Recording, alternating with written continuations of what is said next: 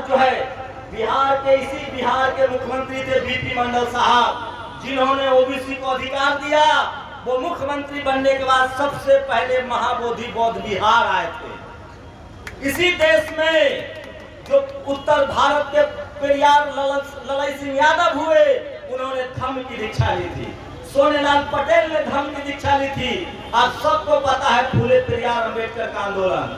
तो जो भी इस देश से प्यार करते हैं, जो भी इस देश में ज्ञान विज्ञान की बात करते हैं, जो भी इस देश में बराबर और समानता की बात करते हैं, वो सब बुद्धिस्ट हैं, क्योंकि बराबरी, भाईचारा, दया, करुणा ये बुद्धिज्म की देन है।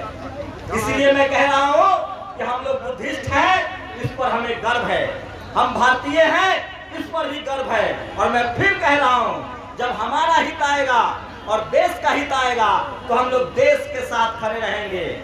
मुझे बताया भंते जी ने कि जब देश में युद्ध का माहौल बना था तो हम लोगों ने तय किया कि इस आंदोलन को छोटा करेंगे। हम देश के साथ हैं, हम इस देश की सेना के साथ हैं, हम सरकार के भी साथ हैं। जब देश रहेगा तभी हम बचेंगे। जब सीज फायर हुआ तो फिर हम आंदोलन कर रहे हैं। आज बुद्ध पूर्णिमा है, पूरे देश में राष्ट्रीय छुट्टी है।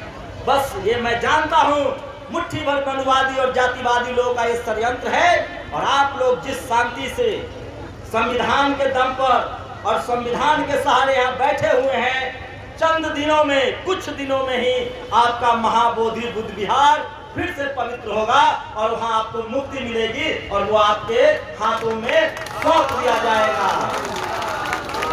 मैं फिर कह रहा हूँ, भगवान बुद्ध का संबंध, महाबोधि बौद्ध विहार का संबंध, सम्राट अशोक का संबंध हो, ये सब संबंध इस देश को मजबूत बनाने के लिए है, अखंड बनाने के लिए है, भाईचारा बढ़ाने के लिए है और सबके बीच अपनापन हो, अच्छे रिश्ते हो। हम लोग बराबरी चाहते हैं, समानता चाहते हैं। और मैं फिर कह रहा हूँ, इस देश को तभी मजबूती मिलेगी जब इस देश का संविधान पूरी तरह से लागू रहेगा, इस देश में बुद्ध के विचारों को जगह मिलेगी और जो बुद्ध के अनुयायी हैं, जब वो इस देश के सत्ता में आएंगे तो ये देश फिर से सोने की चिड़िया बनेगी।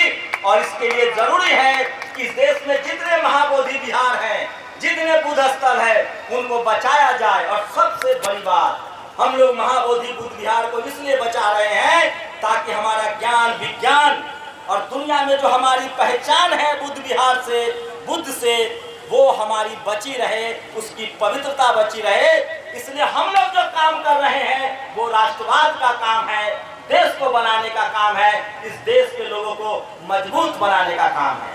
हम लोग अपने पेट के लिए नहीं बैठे हैं यहाँ, चंदा के लिए नहीं बैठे हैं यहाँ। हमारे बुद्ध विहार में हमारे बौद्ध भिक्षु सर्वजन हिताय सर्वजन सुखाय की बात करते हैं, बहुजन हिताय बहुजन सुखाय की बात करते हैं, दुनिया के प्रसन्नता की बात करते हैं। लेकिन मैं फिर कह रहा हूँ, बुद्धिज्म में ही कहा गया है कि हम सांप को पकड़ना भी जानते हैं, उसको पालना भी जानते हैं और उसका फन भी कुचलना जानते हैं।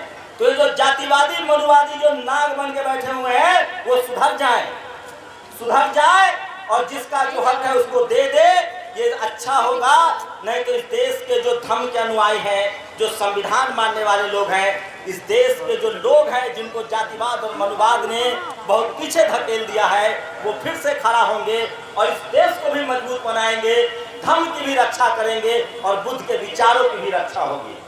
मैं फिर कह रहा हूँ, बुद्ध का विचार दया, करुणा, बराबरी और भाईचारा से है। बाबा साहब अम्बेडकर ने बुद्ध के विचारों को, सम्राट अशोक के विचारों को, चंद्रगुप्त मौर्य के विचारों को संविधान का रूप दिया है। हमारा संविधान भी धार्मिक बराबरी की बात करता है, हमारा संविधान भी लिंग, महिला और पुरुष में बराबरी की बात करता है। और जो हमारा फंडामेंटल राइट्स है, धर्म की बराबरी, धर्म हमारा विचार है, हमारी आस्था है और हमारी आस्था के साथ खिलवाड़ नहीं होना चाहिए। हमारे बुद्ध विहार को मुक्त किया जाए, तब तक ये आंदोलन शांतिपूर्वक तरीके से चलता रहेगा। और अगर ये सरकार नहीं मानी तो वोट के चोट से हम उसको सबक भी सिखाएंगे। तो बोलिए नमो बुद्धाय, नमो बुद्धाय। भगवान बुद्ध की करुणा हो, भगवान बुद्ध की करुणा हो। जय भारत,